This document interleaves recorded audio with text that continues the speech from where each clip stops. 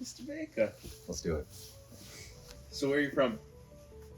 Originally from California, born and raised, military family, so moved all around. But North Carolina recently. North Carolina recently. Mhm. Where was like your favorite place you lived in? Question. Oceanside, California, San Diego area. Love that consistent weather all year round. It was a really good experience. Loved it. So would you say you're a California boy? I think I can make that claim. Yeah, I can make that claim. Oh yeah. Yeah. Yeah. When I was out in North Carolina, I got called out as being just that. So I think I look the part for whatever reason. I don't know if that's a good or bad these days. Did you really? Yeah. See, because my dad's from North Carolina and growing up there, to me, and I haven't spent too much time in California, but to me, you're more North Carolina boy. I like both. It's a good mix. It's Yeah. a good mix. Yeah. Where else did you live growing up? All up and down California, South Carolina, shortly after that, Columbia, South Carolina. And let's see, a little bit of time in Kentucky, but then straight back to California, up and down again. Nice. Mhm. And how was that? It was a lot. It was an experience, lots of different schools, got to meet a lot of different people. Also learned what it meant to, like we learned in church yesterday, prioritize something beyond yourself, right? And in that case, it was the military. Wherever they said we went, and it's How was that as like a kid in that? the first few times you lose a girlfriend that you have to say goodbye to, and then you lose a friend, and then after a while it kind of, everything is just part of the process, and you pick up and go. But Yeah. it was fine. Because I was like two like stereotypes that it's hard for military kids to settle, and sometimes they're kind of naughty. Yeah. Yeah. Oh yeah, I'm a quick flight for sure. Are you? Yeah. So you'll get out of Dodge quick if you have to. And don't really think anything about it, for sure. It was something that I had to realize not too long ago, asking partners and whatnot, hey, let's go here, how would you feel about moving to Costa Rica? And seeing that hesitation, it's something I couldn't really relate to. Yeah, because Yeah. you're like, that's my life, bro. What do you mean? Yeah. Good for you. And what's your, so mom, dad, and then you have a sister? Sister Alicia, 6 years younger. Nice. Yeah. So you're growing up, and you went to high school in Oceanside. All 4 years. How was that? It was great. Honestly, I couldn't have asked for a better high school experience. I think because we were stationed in that area for such a long time, which is unheard of, it was the first place where we really got to set roots down. And even having gone back for a trip last month, it's really the only place that I have these childlike memories and nostalgia. And so I'm really grateful to have Oceanside represent that for me. And so who was like Brandon in high school? Like who were you? Very heads down, shy, quiet, focusing on school, also a little, deviant at times, and dabbled with sports here and there, but it was very much focused on studies and then home for sure. Very nice. Yeah. And so studious, good kid, well-rounded. And so we'll get into like kind of the digital marketing side of you and kind of where you're at now. But I want to talk about like what seeds were planted. Like for me, I've told you the story of like walking into my buddy's basement and seeing the auto clicker go. Yep. And then that like spun into social automation, which then spun into D2C email marketing, which then led to agency life. Like, let's talk about some of those like early seeds that were sown. Sure. Probably the earliest would have been playing a silly game called RuneScape. I'm pretty sure. Yeah, man. I mean, we gotta. We must have. I'm sure we crossed paths once or twice, but the same thing. Those auto clickers and different sort of automations, and making something that should be a tedious task much easier, and having to avoid detection and all of that in the process was formative, and something I think shaped my mind as it came to the evolving technology and social media platforms. We talked a little bit about growth hacking, and those sorts of aspects come into play there as well. Yeah. And so that was definitely my first. What were some early growth hacks? Early growth hacks would have been farming information off of social media platforms. And so that would have looked like collecting usernames, and then with the purpose of mass messaging them with a specific affiliate offer in my use case. And so I think it was dating apps and things like that at the time. There was also some automations on platforms like Tinder. You were one of those guys with like the squiggly text, like go here, Oh, for sure. like off-site traffic. Mm-hmm. Oh my gosh. Yeah. Setting up different tracking links depending on which page we source those users from to see if, you know, the fitness style Instagram pages had a better click-through rate than health and wellness. And you're in high school at this time? This would have been just after high school. I would have been 18, just Okay. out of high school. Yeah. And how did you, so you're Mr. Baker, living it up in California, Oceanside, kind of like nerdy, but driven. Sure. You were driven at the time? Yeah, National Honor Society, Girard Prep, all the college things. It was definitely ingrained in me at a young age to check those boxes and do it well. Okay. So what'd you do after high school? After high school, we moved up to Northern California. I was going to school at first at CSU Sacramento. And so we moved up to Vacaville, California, and immediately started getting into it was business administration side of school. But I learned out of the gates that wasn't really doing it for me. And so on the side, I was lucky enough with one of my RuneScape friends to have learned about the industry of digital marketing, affiliate marketing specifically. And that's kind of where I got my start. What year is this? This would have been 2010. So one year out of high school. So those are like, I mean, for us, the early years. It was highly unregulated at the time. You can get away with a lot on the ad platforms. Facebook was, my platform of choice at the time. Pre-pixels, it was link click campaigns and just Wild West. Yeah. That's sweet. So you're in school, you're learning digital marketing with your buddy. Mm-hmm. What does that turn into? That turned into a beautiful 8-year-long business relationship in affiliate marketing, specifically spanning across all different categories and industries, primarily buying on Facebook, but also other platforms like native ones, Taboola, Yahoo, Gemini, Google Ads as well for the display side, but really just testing to see which affiliate products would perform best on which platforms. And usually that brought us back to Facebook. Okay. Yeah. And that's been consistent all throughout, really. And still to this day? Mm-hmm. Still to this day. Yeah. Because I know that there was you worked for not the Tallahatchie group or the Lackalachi or whatever. So you're in college. What'd you do after college? So after college, I dropped out after 2 years. I decided the business degree wasn't doing it for me. And I went full-time into affiliate marketing with my buddy. And still at my mom's house, we did that for about 3-4 years, saw some success. But just like with any, industry such as real estate is very similar. It comes and goes. You're going to have good months, bad months. And so after a streak of bad months, I wanted to take the knowledge I gained from digital marketing and see how it would translate in an agency and real world capacity. So what year is this? I got a job at the Sacramento Bee in 2011. So 2011, 2012, working in their digital marketing department. I was a media buyer, and at the time they had their own media. It's a newspaper company, and so they would have a website where they would have their digital newspaper and their own ad units. And so we could place our own ads in our website, but we also served clients. And so we would place client ad buys on our website, but also across different platforms. Oh, wow. Mm-hmm. So it kind of operated as like a digital marketing agency too. Exactly. That was their primary function. And it was the Sacramento Bee. The Sacramento Bee. Yeah. Interesting. Yeah. That's kind of that's like a good in. We're a newspaper, but really we're an agency. Mm-hmm. You know what I mean? Yeah. And we were very much breaking that seal of digital. We had to get away from the newspaper style of business, and having the digital paper online was a big element to that. But serving clients in a digital marketing capacity, we were, breaking the veil, so to speak. Yeah. Yeah. And during those times too, it's that's pre-Cambridge Analytica. That's almost because what Instagram popped off in 13, 14. Mm-hmm. You know what I mean? So you're in the thick of it, mm-hmm. the early days. How long were you there for? I was there for about 2 years, and then I had an opportunity to work for their corporate company, the McClatchy Company. They were based out of Raleigh, North Carolina, and offered to put me up there and start a new career path. Oh, wow. And so the McClatchy Company had a nationwide digital marketing agency. They were sort of the we'll call it the white glove equivalent, where the clients were much more national focused. And who?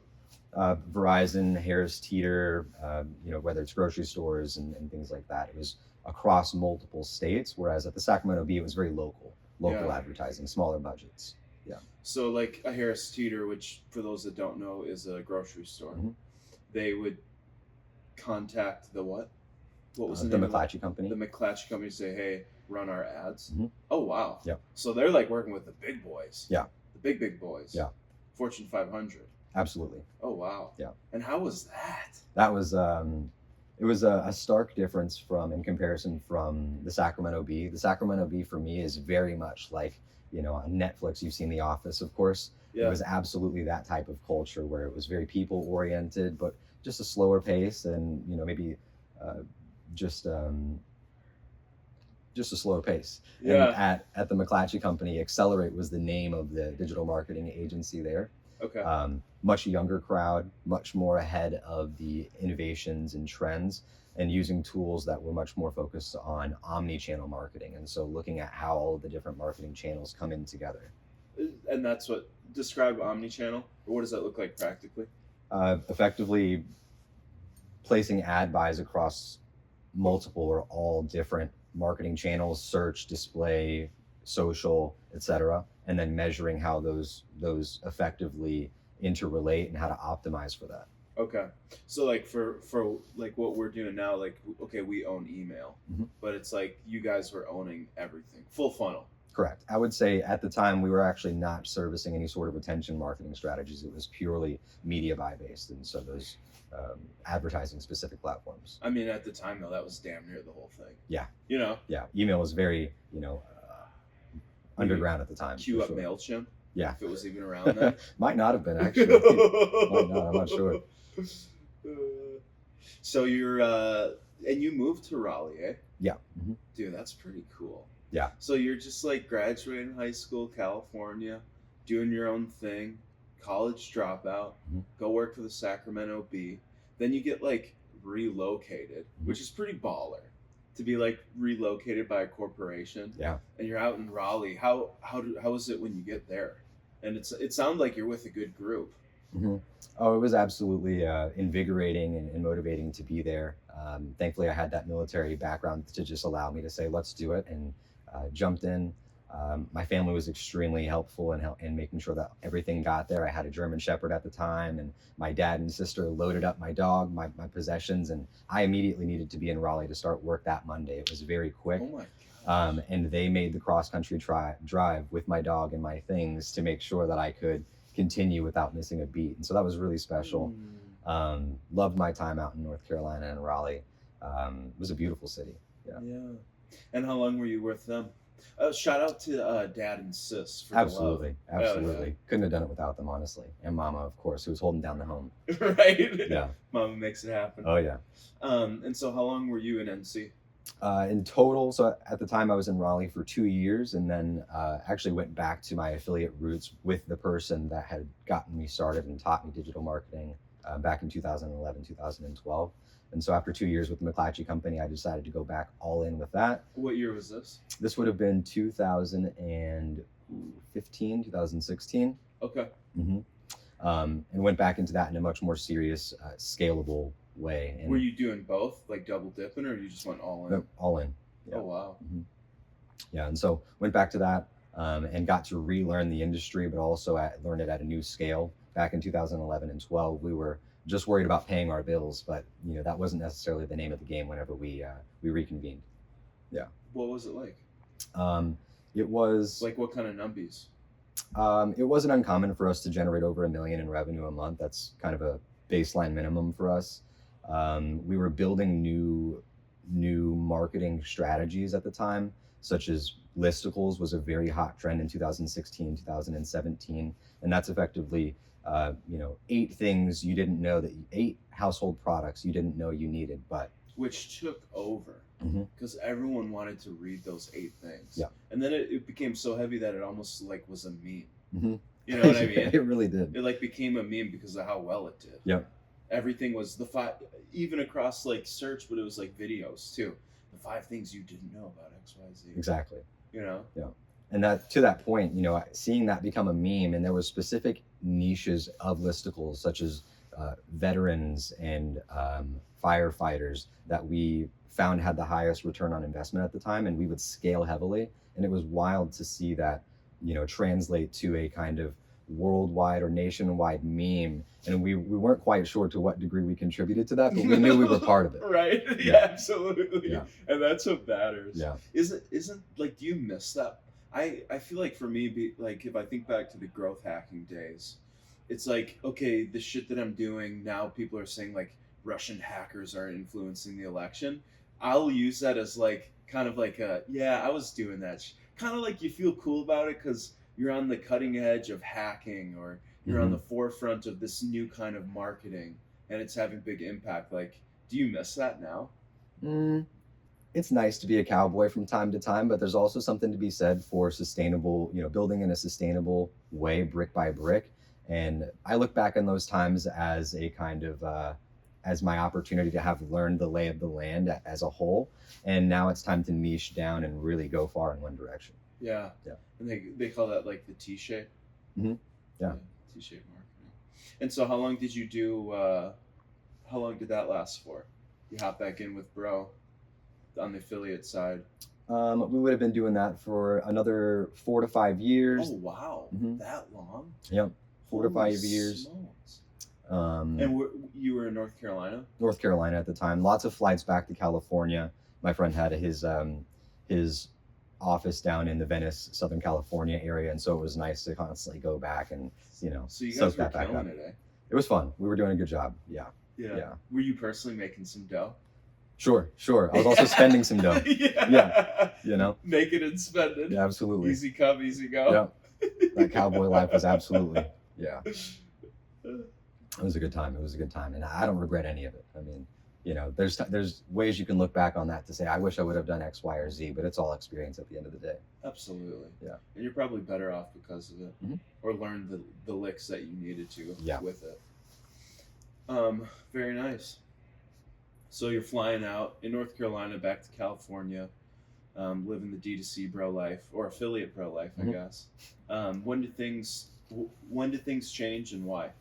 Well, day 2, whenever I got to Raleigh, North Carolina, I had met my current wife, Colleen, and that was unexpected, but absolutely determined what my time in North Carolina would look like. And so in the early years, it was okay for me to be cowboy-esque, but as we got more and more serious with our relationship, it became prudent to focus up. And so about 4 or 5 years in, that's whenever the bad seasons might have caught up to us in a certain way, and it became more prudent to look towards, again, the agency life, but taking all of this aggregate experience and really choose my path from there. And so that became my focus really for the last 5 years. Did you think about starting your own based off the things that you had learned? Yeah, I effectively did start an entity just for the sake of smart money and tax purposes. And through that, I was able to have some clients here and there through referrals. But I've always come to enjoy being a specializer and working in teams. And the thought of building something on my own was never really fully in the cards. I always like to contribute to someone else's vision. I like to be a workhorse, if that makes sense. Yeah. Own your stuff, but within the unit. Exactly. Good for you. Military, yes. Yes, sir. Yeah.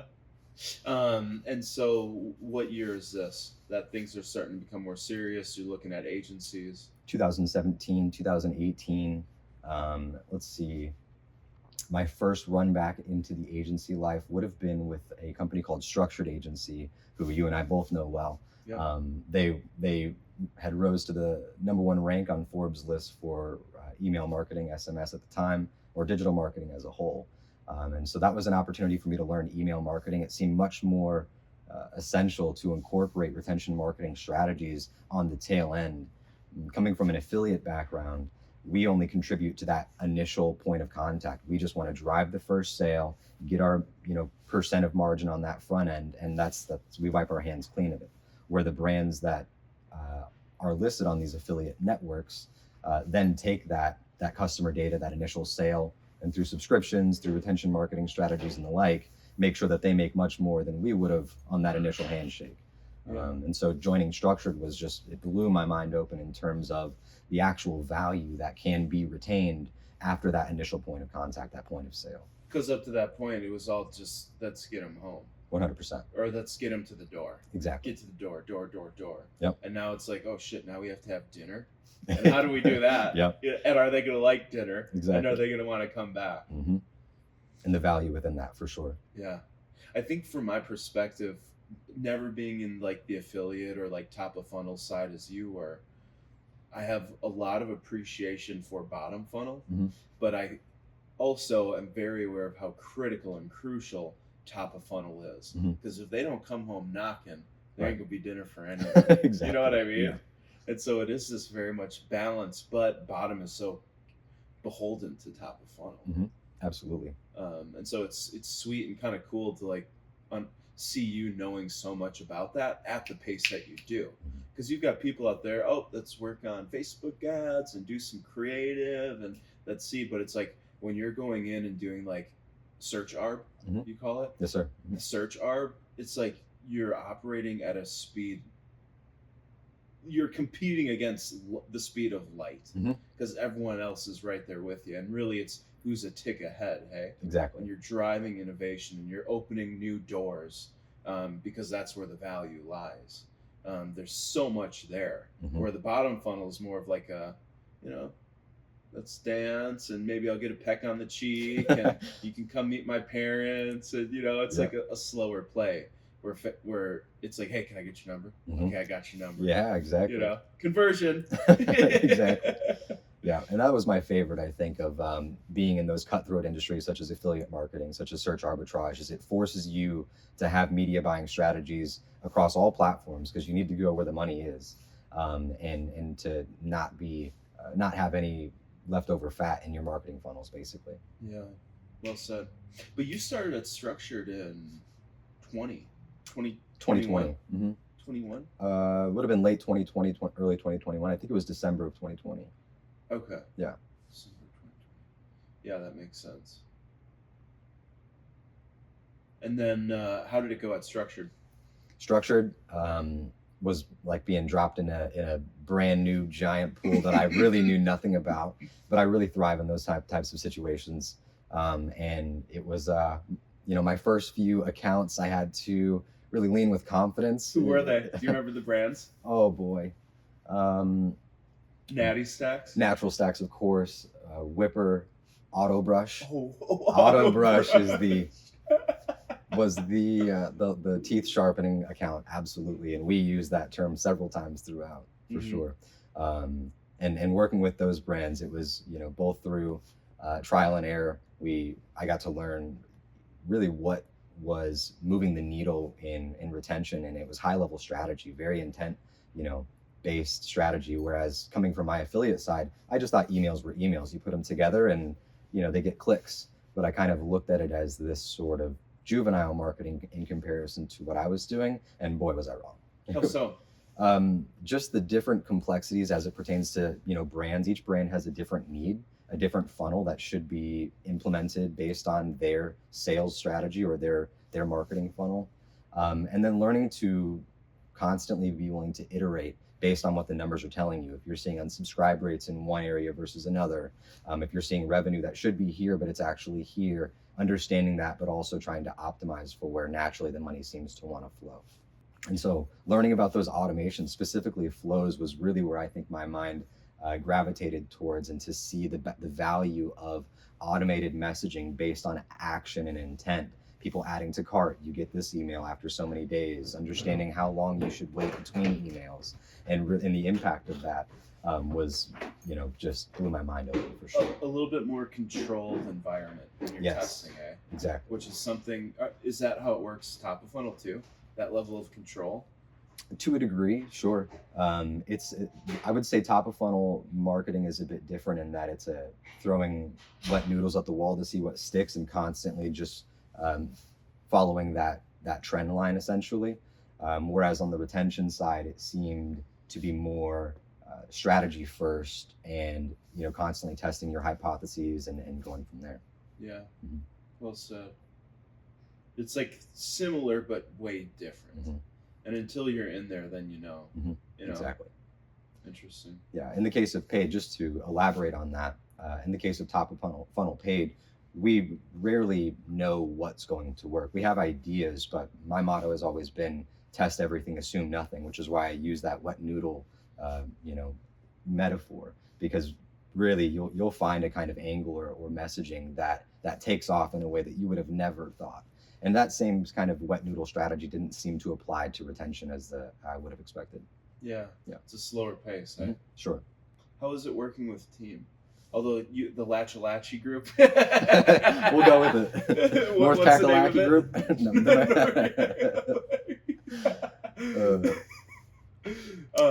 McClatchy company. McClatchy company. Yeah. How was it? Because agency life, not only does it bring like the strategy, it also ought to bring the collaboration. Mm-hmm. Yeah. Sometimes more than others. How was like the people side of it? Yeah. Really, it started at the Sacramento Bee. And that was my first team-based environment. In affiliate marketing, it's very much a solopreneur. Maybe you work with another person. But at the Sacramento Bee, we were collaborating across teams. But whenever we got to the McClatchy company, especially with the omni-channel strategies, white glove accounts, and much larger budgets, it was vital that the display advertising guy, which is the position I was in, was very closely working with the search engine marketing guy, as well as the social media marketing guy. And so that became vital and was my first real taste of needing to work in a team environment. And I think that was a bit of a learning opportunity for me, especially coming from the military background. It's easy for me to operate in a solo capacity, but the impact when a team works well together in a symphony of sorts is goes well beyond what an individual could accomplish, for sure. That's one thing that I learned too. I think I had a good understanding, like just growing up in church and my parents both being entrepreneurs in their own right, that you could only get far as a team that was with you, which is kind of cliche. So I had that understanding of team, but really at Structured, I realized the symphony part. It's like you have the musicians, they're showing up and they're playing. It can still sound like shit. And what does it take for it to not sound like shit? And what does it take to become something that's beautiful, but also new, that people want to show up, want to work with each other, want to fight for something greater than their own ego and selves, to make something out of nothing and to continue to build on that. Like I think of, you've heard me say this example, but like Slack started out as like a gaming company. It's like, what are the building blocks of the Slacks of the world that started out in gaming, failed, but then built an internal messaging tool because they were sick of email? And I think of that too with zebbie.works now. Can zebbie.works survive outside of email land or digital marketing land? Do we have the people that care with the brains that we do to hop into the next thing and keep going forward beyond just what's currently on our plate? And that was something that I really became aware of, how to not to do it in a big way, but also how to do it. For me, to answer your question, I believe it's about doing your best always. Each individual on the team needs to contribute their best work. And to use David Goggins' quote, it's about the boats and logs. And you have people that will not necessarily hold up. And the reference effectively in military boot camp, you have 5 guys shoulder to shoulder. Their job is to carry the log and get it to a certain distance and then let it go. It's very easy for some guys to not really be holding the weight, and that would then fall on other guys' shoulders. But when everybody shows up to that log with their best, suddenly it becomes lighter for everybody, and the task as a whole becomes massively easier to accomplish. That's really the beauty of working in team, I believe, when it's done well. And well said.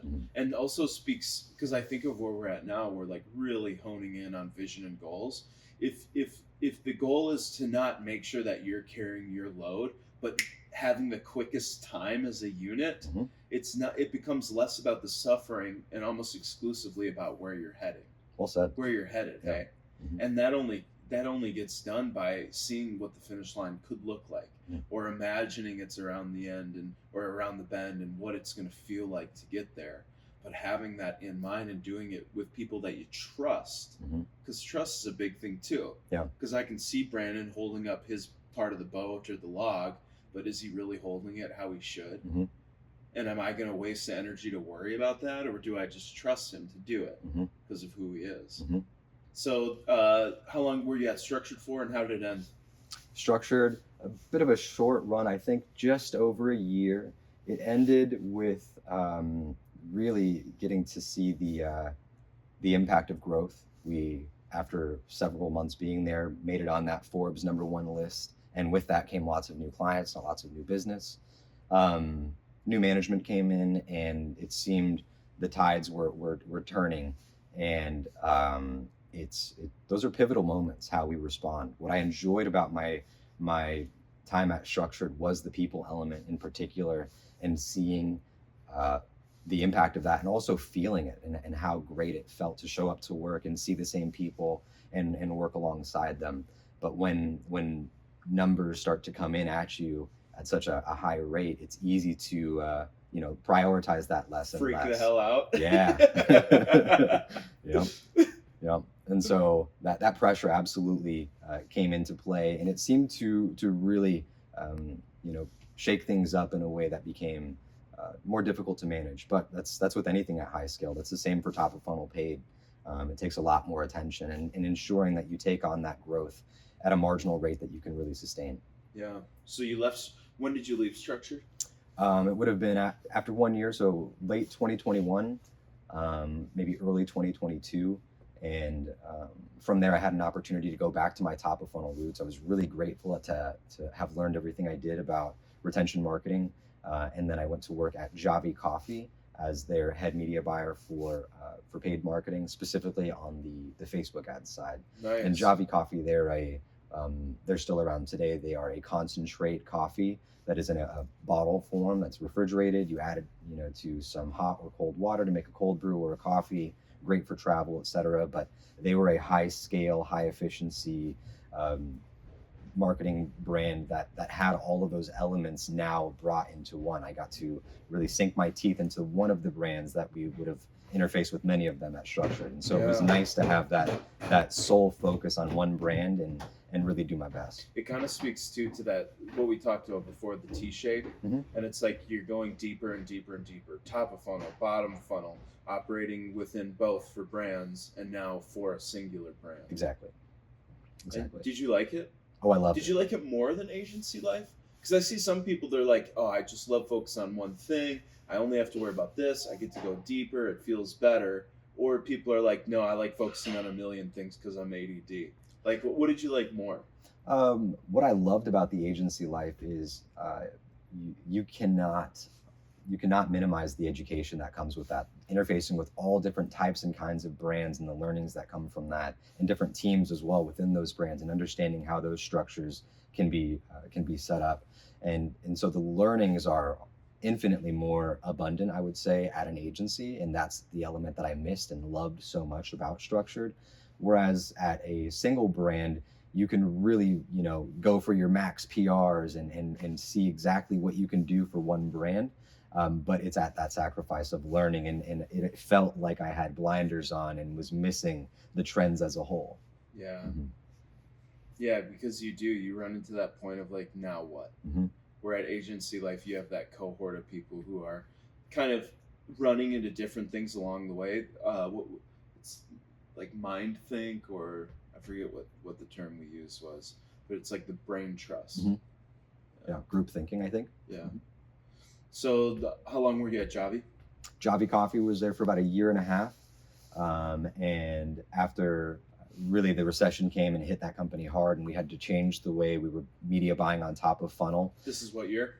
This would have been 2023, 2023, early 2023. Early 2023. We had lots of brilliant minds. The owner of that company, Justin Kemperman, absolute brilliant mind. He got started in affiliate marketing as well. My higher up, Matt Faber, young gun. He got started in affiliate marketing as well, and just sharp with media buying. And so whenever the recession really hit that company hard, they had to calculate, the value of them getting back into the platforms and taking things over, which also was an opportunity for me to take a step back and say, based on all of this information I've gathered, what do I want to do with this? And what did you want to do? What did you do? Well, after going through that whole journey of specializing, and then bringing it back high level, and then specializing again back into retention, bringing it back high level, I feel I've got a much better view of the marketing journey as a whole, the impact of paid and how it relates to retention marketing, and the importance of those two sides always being in collaboration deeply. I feel my roots are still deeply in paid marketing. I love top of funnel. I mean, all of the stages of funnel for paid now. It's not just top of funnel, it's the whole thing. Yeah. And so I'd like to really maximize I enjoy maximizing the impact of paid, now understanding how it translates to a welcome series and a add to cart welcome, or add to cart journey on the email side, etc. Also, SMS is a new player into the marketing funnel, and to see how those interrelate with pop-ups on site, and should they be on landing pages and should they not, and having that whole understanding really seems to be playing into a larger LTV, and that lets you play at a different level. And so what are you doing right now? Right now I'm at zebbie.works, managing all of paid advertising right now. Oh yeah, baby. Oh yeah, loving it. Building out the paid division here with Francesco and yourself. Francesco managing the retention side of the business. And it's been really special to let him specialize in retention, having the understanding of what's behind the scenes and under the hood for that side, but also make recommendations and focus on paid in a way that I know will translate over there in a powerful way. Yeah, well said.